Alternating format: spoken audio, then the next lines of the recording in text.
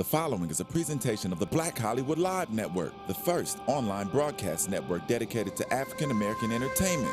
Hollywood redefined. From Los Angeles, California, streaming live thanks to Akamai Technologies, this is Black Hollywood Live, Geek.Nerd.Tech, featuring a weekly roundup of tech news and gossip. Black Hollywood Live, Hollywood redefined. You're listening to Black Hollywood Live. And now, the host of Black Hollywood Live, Geek.Nerd.Tech. Yeah. Oh. Man, crank that up, G. Oh. Yo. Yeah. Welcome to Geek.Nerd.Tech, the show we break down Boogie Down is performing Yeah. show. Oh, yeah. Down with the sound called GNT. Oh! Welcome to Geek.Nerd.Tech, the show we break down nerd culture and tech news from a black and brown geek perspective. I am Joe Braswell, not KRS-One, playing some songs from my era. Hey, my era too. Suits.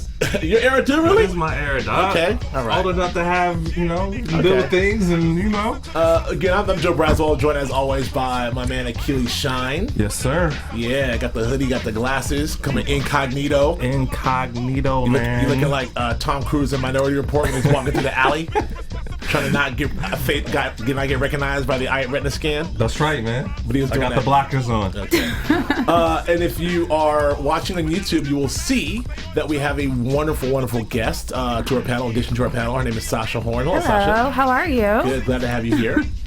Really glad to be here. Very nice to meet you guys and get schooled on all of this old school hip hop. Okay, well, Yes. good. KRS-One. Yeah. This is kind of geeky. teacher. KRS-One is kind of geeky, though. In terms of the nerd aesthetic. No, I wouldn't say that. No, I'm talking about it. Here, let me rephrase that.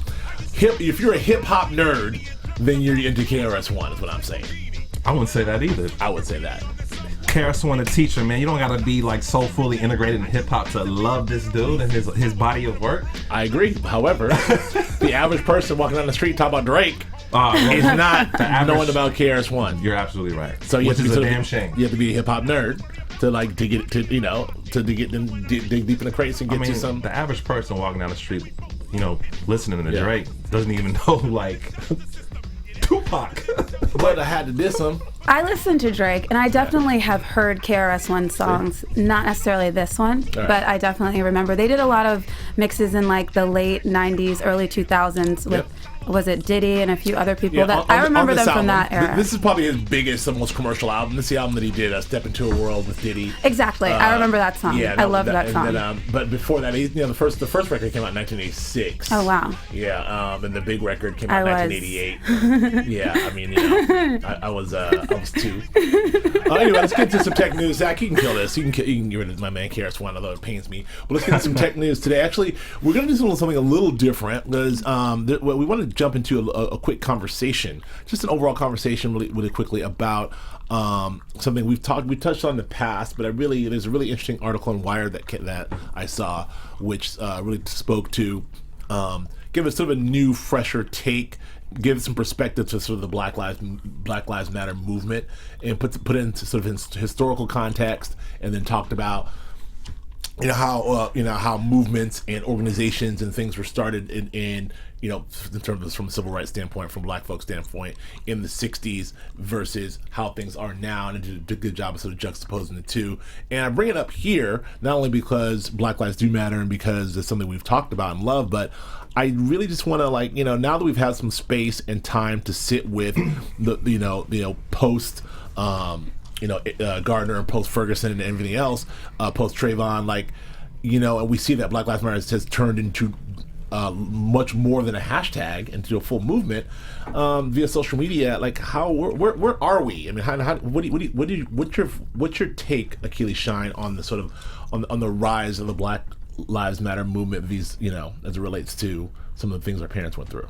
I mean, I think us historically as a people dealing with the conditions we face in this country, we've always used the technological medium at that time to be able to generate awareness and a sense of urgency and value for reducing suffering and creating equality and freedom. Right. And so, be it with early newspapers to the advent of television or radio and advent of television to even now with social media, we've always used it as a building block to express ourselves and to unify our communities and to bring attention to social political issues. So I think with the Black Lives Movement, we are in an era where everyone has a camera, everyone has the ability to speak to potentially millions of people instantly. So like when we see something that is incongruent with our value system, we're able to capture it and able to create a dialogue behind it and create community behind it. I think it's powerful. And when you break down the Black Lives Movement, especially in the article, it's saying like before, because of a lack of technology, the arc of leadership was more centralized and more focused versus with this is kind of decentralized, and it's more so you feel the nuances based on what you see visually, what you hear, and you're in the discussion, but there's no hierarchy in terms of how it's exercised as an organization. It's more of an ideology, a thought. It's more of like an awareness building type of thing versus like a specific movement like the civil rights movement. That would be the disadvantage, and I want to get your take on this, Sasha. That would be the disadvantage for me because it is a movement. It is now sort of ubiquitous, if you will. It is, that is like what the movement is. However, like it is very decentralized, and there is no centralized person you can associate specifically with Black Lives Matter, at least at a national level. And I think that does sort of doesn't devalue the movement, but it's harder to get that sort of like organization, on the ground push. But Sasha, I don't know, you are in cover tech for a long time, and this is your space. I mean, what are your takes on the emergence of the Black Lives Movement and where it is now? Well, there's a couple of things that come to mind. One, just sort of piggybacking off of what you said about how it's not sort of the centralized leadership would be because of technology. It seems that anyone can get involved in the conversation, which could be a good thing, but it also is a lot of misinformation, and you also have sort of like this, I don't want to say fragmented movement, but people on the cusps, on the edges, who are sort of observing and maybe contributing to the conversation, but not necessarily in the path, in the voice of the overall movement. Their goals may not be the same, and because of that, because everyone is allowed to sort of jump in there and get in the conversation, a lot of people are confused as to what exactly the movement is and what exactly the movement means, because it doesn't seem to be any clear leadership, and it's a lot of different themes and a lot of different conversations popping up. I've seen, one segment that was airing on national television was talking about, so what are some of the most important things? And then, transgender issues were brought in. Right. Okay, that is an issue, but is that the same issue? Right. And so with these different voices who are making television and radio and different types of appearances under the mask of or under the, I don't want to say the guise, but under that hashtag, it's not necessarily in line with the overall goals, and so it is a little bit scattered. Right. And another thing that I thought was really fascinating about the article was just the process prior to reporting these types of things, looking for a payphone, the possibility that your call may not go through because the white person who is the operator doesn't want to connect you to the NAACP or whatever organization that you're trying to get in contact with. Then it's actually writing these things down on paper, typing them up, compiling these reports, and then distributing them out to the media. So it's just something that went through so many layers, so many steps, so many hands, has now been instant, in a moment. We're here, we're able to share this. And I think from a leadership perspective, the people who are running the movement has to try to find a way to sort of get in more plugged into what's happening, because from an outside perspective looking in, typing in the hashtag, you get a lot of things, and most of it, I would say, has nothing to do with the true cause, from what I understand it to be. Right, and I think that that's all good points. I think that just my general take on that, and try to synthesize all that for me, is I think it's wonderful that the initial message and like I said, that the hashtag itself is ubiquitous. But the problem for me is that it's been sort of co-opted a lot and I don't want to say misappropriated, but like, it's from Black Lives Matter to All Lives Matter or Trans Lives Matter or gay, which is all fine, but when you have something in sort of like scattershot out there, it does the dual what social media does is the dual purpose of getting it out there and making it known to everyone, but also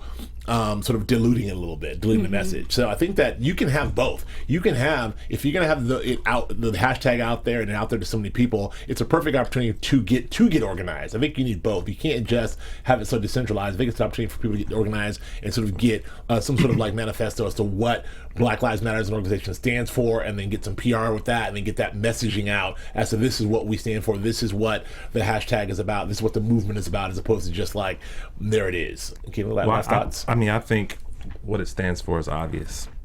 In this country, we've been dying, we've been brutalized, we've been exploited, we've been imprisoned, we've been murdered, we've been abused, oppressed. And so because of technology, we're starting to see more cases of this because it's captured. But it's been happening all the time. So when the hashtag was manifested and created, it was in reaction to what's been happening for years and generations. So I don't think in terms of its inception, it was strategic in the sense. It was more reactionary. Like, yo, we matter. Our lives matter. Like, we are dying. So, like, bring this to people's attention and put it on their radar. Like, this is a problem. Police abuse is a problem. And so I think, but now it's a movement. Like it went from being a message and for like just like this is what's happening. Let's talk about it. To like, okay, now it's a movement. So now that it's a movement, like what? Well, how do we get that momentum going? So I think the momentum is there. I think it's just more so crafting more infrastructure, more organization into it. But I think because of the tools of the game now, like how we organized in the 50s, 60s. Might be a little bit different how we organize in the 21st century. So I think that some might argue that a centralized form of leadership is great, but I would argue that having a decentralized form of leadership is great because it's less it's more challenging for you to be knocked off your block if you don't have a person to target. If you don't know who is like generating the leadership, and if it's all over, it's coming from a multi voice versus a singular voice, it makes it a little bit more challenging for your opponent, for your oppressor, to kind of diminish your voice. Absolutely, but at the same time, and I'm just like your final thoughts on this, Sasha. But at the same time, there needs to be some central. I mean, I think it's both. Like you want it to be everywhere. I agree with that. There's nothing wrong with that, and that's what social media does, and that's the beauty of this. It becomes an international movement, if you will, as opposed to just a movement that started as a hashtag out of Oakland. International. Yeah, that's what I'm saying. Movement, as opposed to a global movement, as opposed to like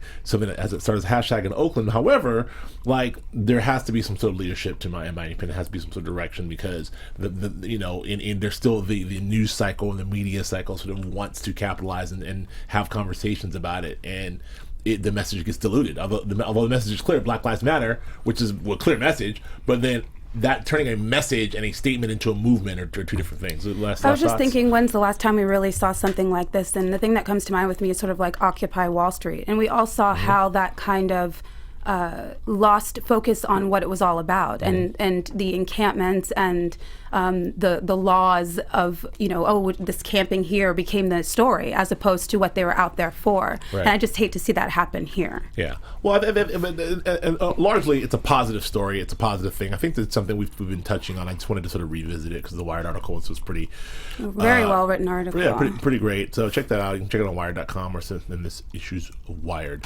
Let's get back to our normally scheduled program and get into some tech discussion. Talking with one of our favorite topics, one of our many favorite topics, Facebook. Facebook, which I love.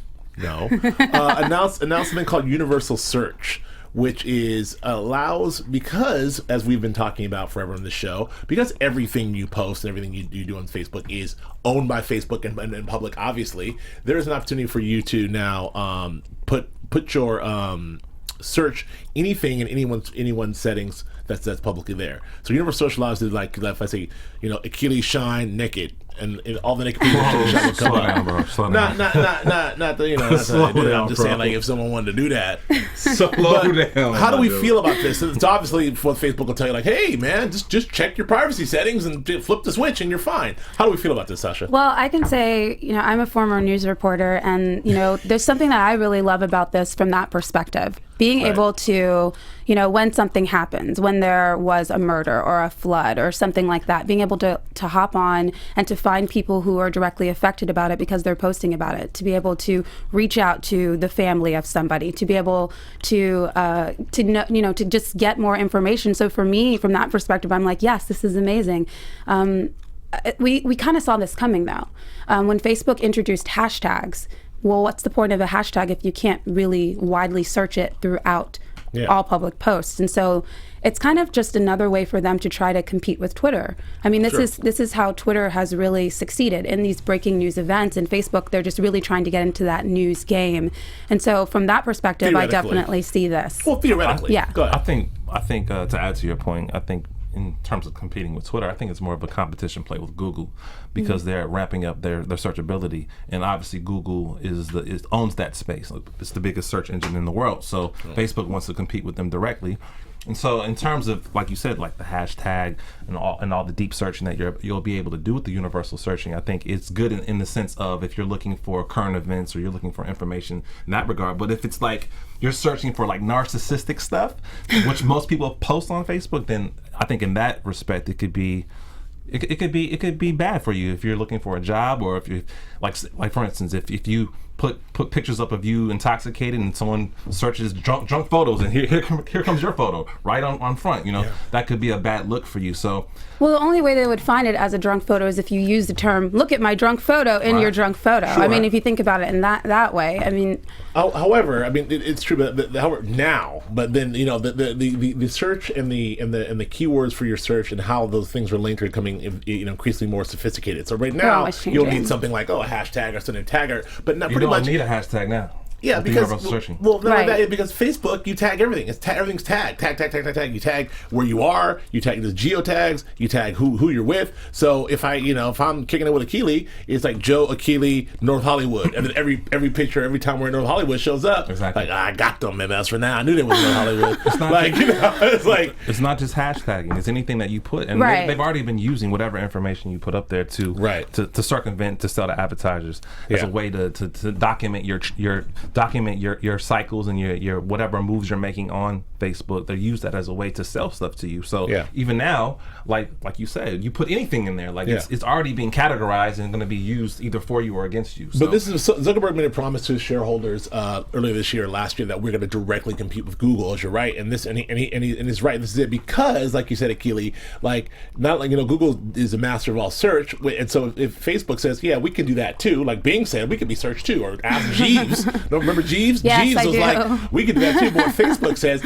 we can do everything Google can do, but also we have our 1 billion users information that you don't have Google that we can add to that search. So therefore, we instantly and plus that localization is what I really like about the opportunities here, because a lot of times I'm going to Tallahassee. I've never been, so. Which of my friends have been to Tallahassee? Maybe they can recommend some places for me to check out, restaurants, that type of thing. And it's just kind of an easy way to go in and look up things. But I guess I'm just a naturally nosy person. But if you're a naturally nosy person, this is for you because you're for me.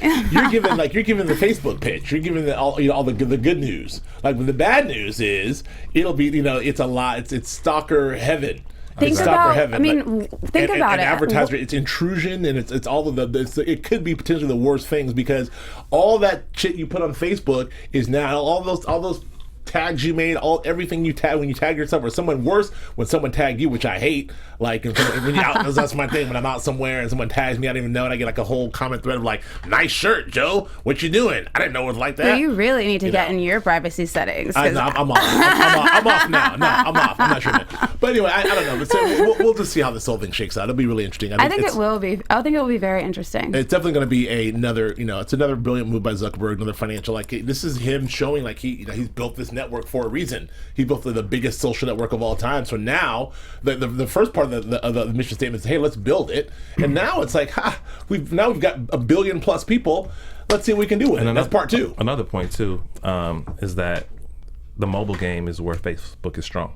So they have a lot of users that use Facebook on their mobile devices. So when you talk about the search game, like even Google made more of an increase in their profits with their mobile devices versus like their traditional desktop search. So Facebook is seeing that as well. Like, hey, we already have all these users. Right. They're using cell phones and tablets. Like, let's integrate our search to compete with that billions of dollars is being made every quarter with Google. Yeah, that's the whole move. It's increasingly interesting to see how the big four are like sort of really increasingly trying to dominate all media platforms as well. So we'll see. I mean, Facebook TV is coming soon. You know that.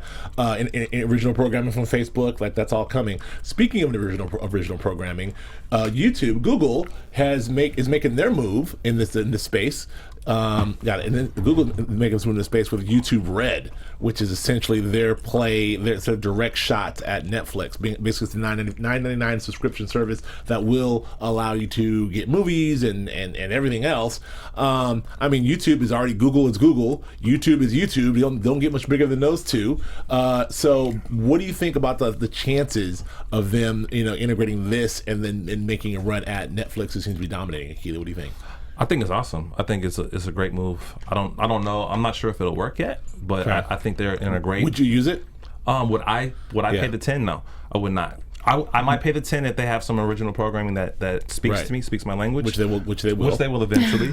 Or if they start, using the Netflix or the Hulu model and getting more like traditional media content and which and populating that. Yeah. They're setting up a home. They're setting up a home to do that because YouTube right now is a free space to do whatever. But YouTube Red, of course, I like the integration of music. I like the integration of gaming and programming for kids. So I think they're covering all their buckets essentially, and I like the fact that they're creating two monetization plays. One for subscription, one is subscription based, and one is obviously search ad based. And I think it's super smart that they're able to get all the money in both ways, like because a Netflix can't do that. Right. A Hulu can't do that. True. So it's good. Sasha, what do you think of this? I'm really excited about the original content as well. I mean, there are definitely these YouTube personalities. I mean, even here in Hollywood, you see their billboards right up to the latest show that's coming out on Fox or the big blockbuster film. So these people have been able to, from their living rooms,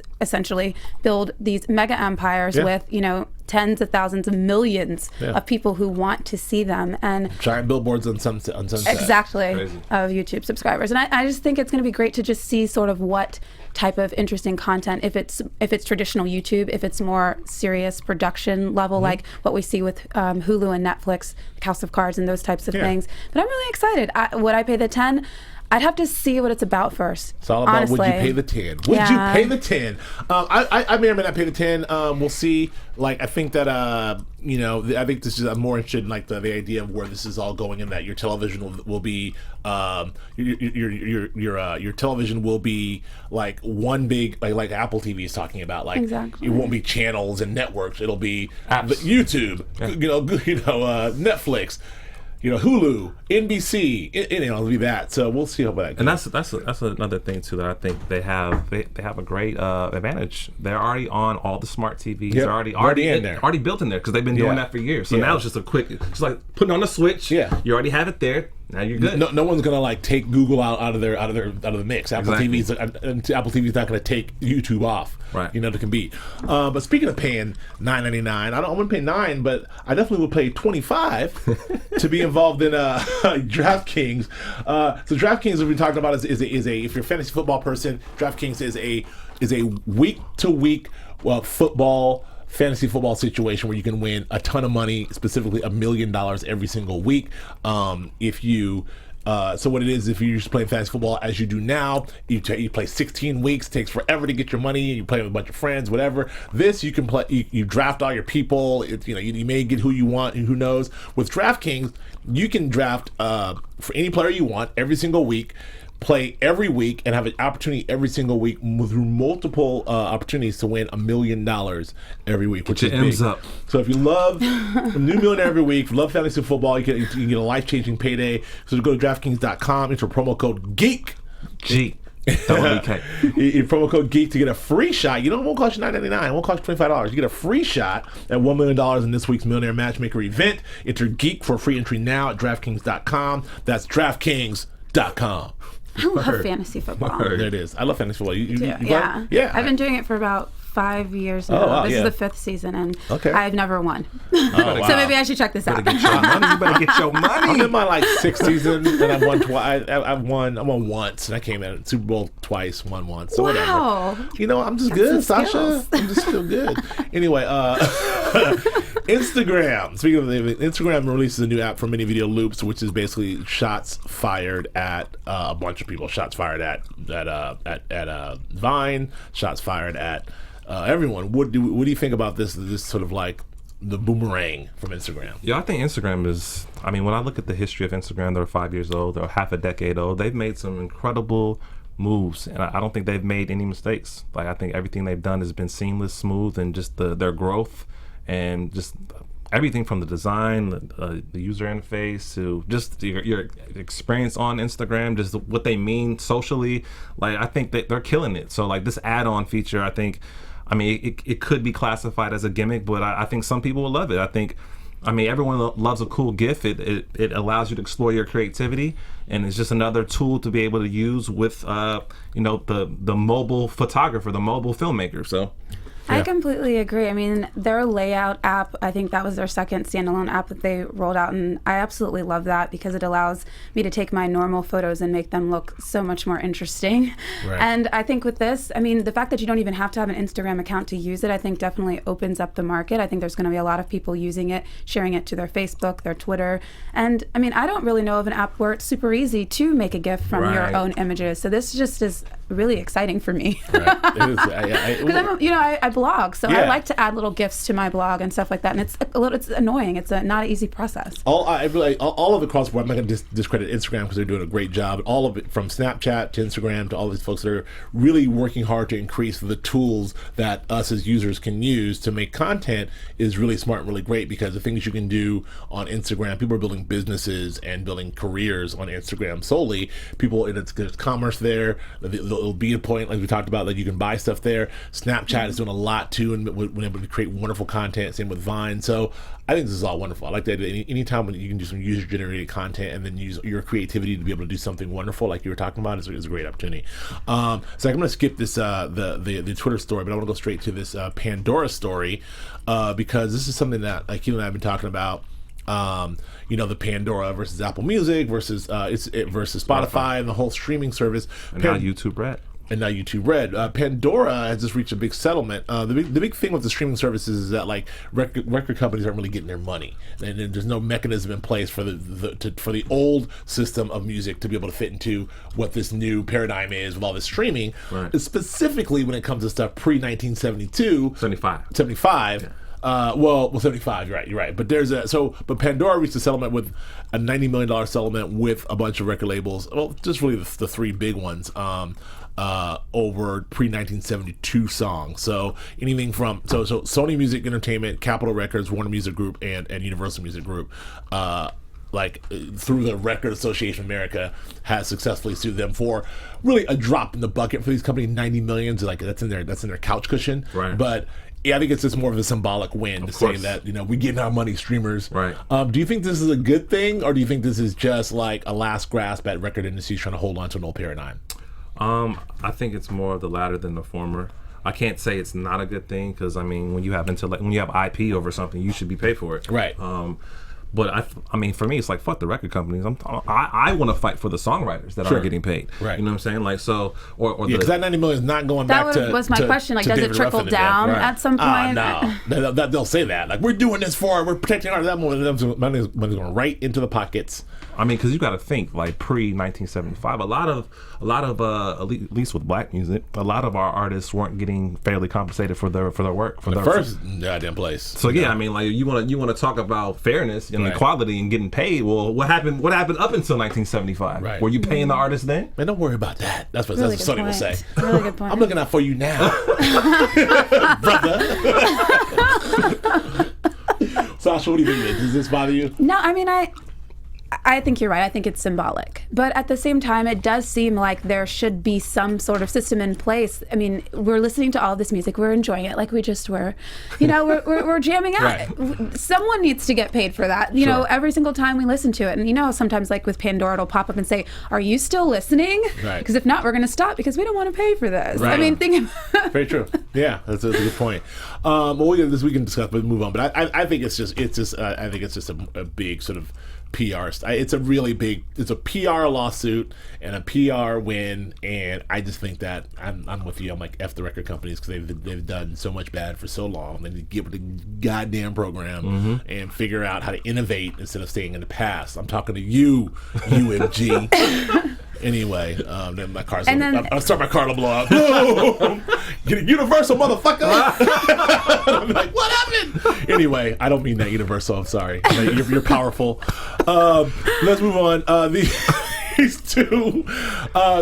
So one of the ways that also that artists are now, you know, the only way they're getting revenue these days are through live performances. We talk about this now. It's not about making the record, and because they never really got paid on that anyway. They got like $1 per record if they're lucky. So now, you know, it's all about putting the record out. Who cares, for free, and then really promoting that record through merchandise and concerts. And so there's companies that want to be like these the big Live Nations of the world and everything else want to combine the Internet of Things with music and sports. They want to really enhance your ability to have this live experience. So you kind of see a little bit of this in places like Levi Stadium, the new San Francisco 49ers, Go Niners stadium, where you know you have internet in every seat and you have there's Wi-Fi everywhere. But what they're talking about is a real true integration of what you're seeing in front of you with what's happening around you through your devices and otherwise. And I think this could be cool. The only thing I would have to say about this is I don't want a situation where I'm at a Jay-Z concert and I'm like, damn, Jay-Z is great. And Jay-Z's like right there. Like, so, that kind of takes away from the live experience, but I don't know. What do you think of this, Sasha? Well, that's funny. I mean, that's kind of like the silent disco thing. That's what I thought of when I saw you doing that. Right. But no, I really feel that, these interactive shows are really cool. I didn't make it to it. I don't know if you guys did, but the Drake versus Lil Wayne show, where the audience was voting on what songs and who did better, and I just love that. I think it really, people are on their phones anyway. You know what I mean? Like, people are at every event on their phone, holding their phone up, blocking your shot, blocking my shot with their phone. Right. So I feel that any way that they can incorporate that more, I think it's really great. I love interactivity and everything. They're even doing that with movies now, as far as like games within the movies. Yeah. And there's a startup in LA that's working on that. I think that's just amazing. I can't wait to see how it manifests itself. Right. Cool. What do you think, Sean? I mean, I think two things. One, I think it's a good idea because we are in a festival, more of an experiential marketplace. Coachella does a great job with this. Yeah. Walking through Coachella and using your phone to figure out what's going on. I do love that interactivity. Go ahead. I'm sorry. It's all good. So I think for that reason, like, because people feel like we have more of a culture where people get together. I feel like for the promoter or sponsor to be able to incorporate more tracking devices, to be able to get the analytics, to be able to provide even a better experience, I think that's a good thing. But the caveat is, how will you supply these tracking devices to the people that are attending the event? Like, for instance, like, is it just going to be an app on their phone, or is it something they actually have to wear when they come into the space? And maybe all the above. As we're at just like the Facebook situation, we're at the very beginning of this, and what this grows into, it may be integrated into your glasses. Right. They might give you a pair of glasses. Or, so who knows? Or you may stuffing your Apple Watch, whatever it is you're already rocking. So I learned that even the poker chips in Vegas have I was like, really, everything. All the chips, because that's the first thing they do when you put in that. Not that I gamble, but first thing you do when you give your chips in, when I bring my blacks in, they put over a little RF scanner and make sure it's real. So and they know what you use. They know how many left the casino. I mean, it's the tracking in Vegas is super sophisticated. They know everything about me in Vegas. I think that the win. I think another point too is, like, the role of a designer.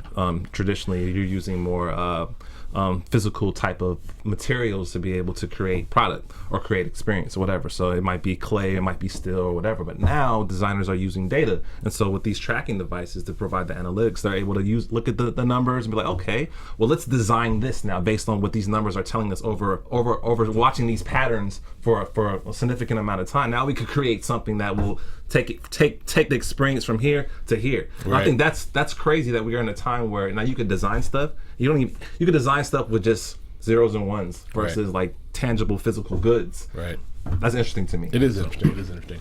Let's move on a little bit. We talked about Alphabet. We talked about Alphabet. I know it's like they're getting money. It's like a humble brag. It's like a humble brag for Google. Alphabet has 6 different products with 1 billion users each. Good for you, Alphabet. You win. Hey, you win internet. That money, man. That's the story. I'll move on from there. I don't know. This is on the Apple. Just real quick. New emojis. I mean, you guys updated emoji situation? I did. I have not. You have not? You did? I did. Yeah. How many middle fingers have you used? Because I've been using middle. I've been like just stay on the middle fingers. Like I haven't. Like everybody. Yeah. Like, hi, middle finger. I like the upside down smiley face.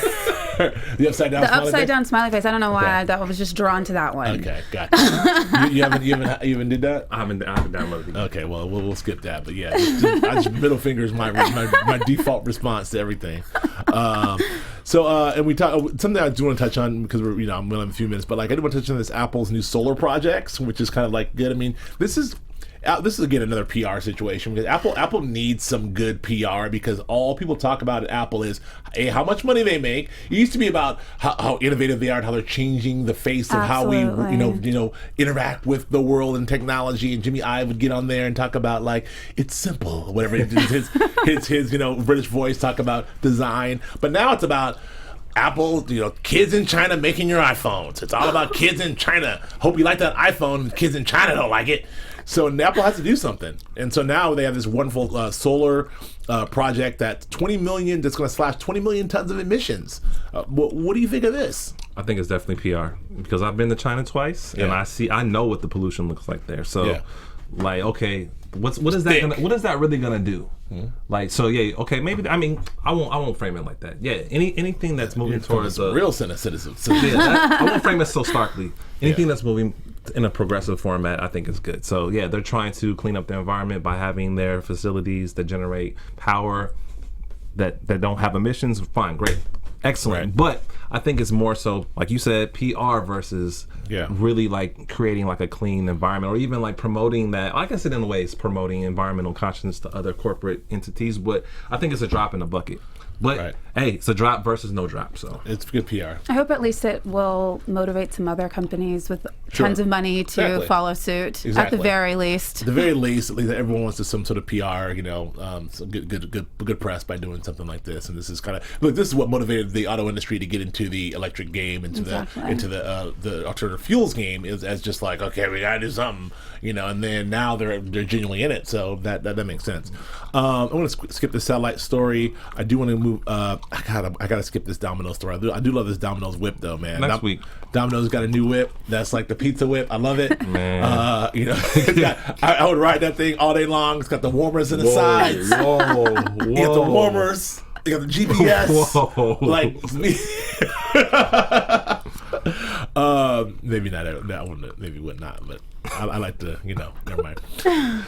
But I would talk about last week, the 21st, this week, 2 days ago, was actually Back to the Future Day. It's the day that Marty McFly and Doc went to 2015 Hill Valley. Was it Hill Valley? Mm-hmm. And then and a lot of things happened. We've kind of touched on this before. We didn't. This we thought we'd touch on pop culture stories too, Sasha, here, because we're nerds as well as techies. But one of the things, but this is where the pop culture and the tech intersect, because we talked a little bit, touched this on last week, that there's a lot of things in that were predicted in that movie that are actually coming true. Some things are forcibly coming true. Another movie we like to talk about is Minority Report. Minority Report, where Achilles channeling right now.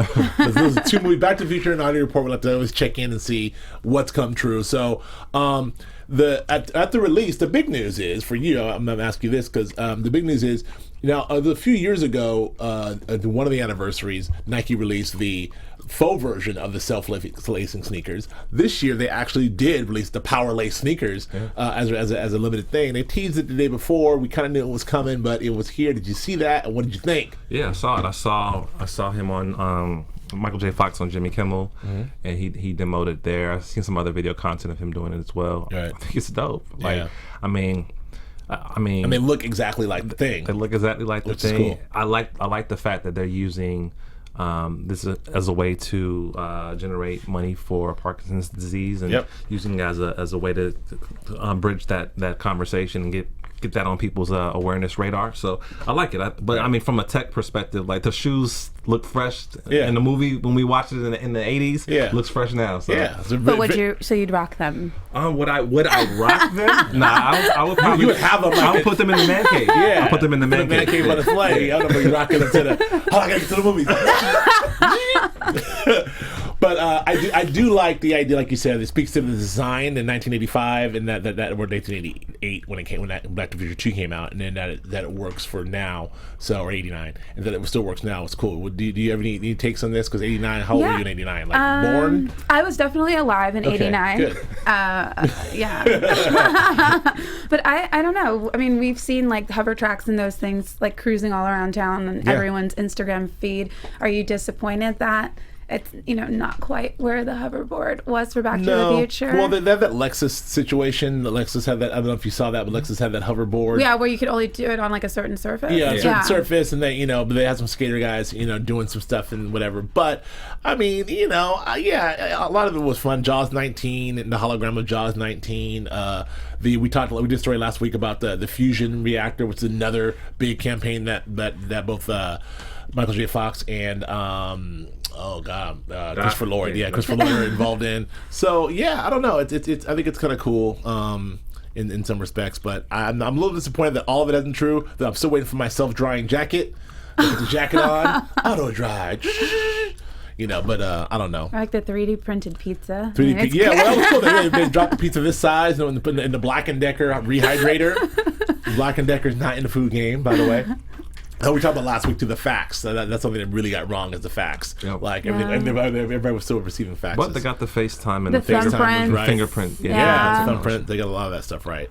Okay, so the other thing is, I just want to talk about briefly. I have to touch on the Star Wars teaser trailer because the trailer dropped on Monday Night Football. I was very excited. The poster dropped on Sunday night, which I was very excited about it. I just want to say I'm officially after like 18 months of hype, almost 2 years of hype, I'm officially excited about the movie. Like, I'm a huge Star Wars fan. It's no secret. I was there, and this is not a joke, but I was there I was actually at the theater for the first one.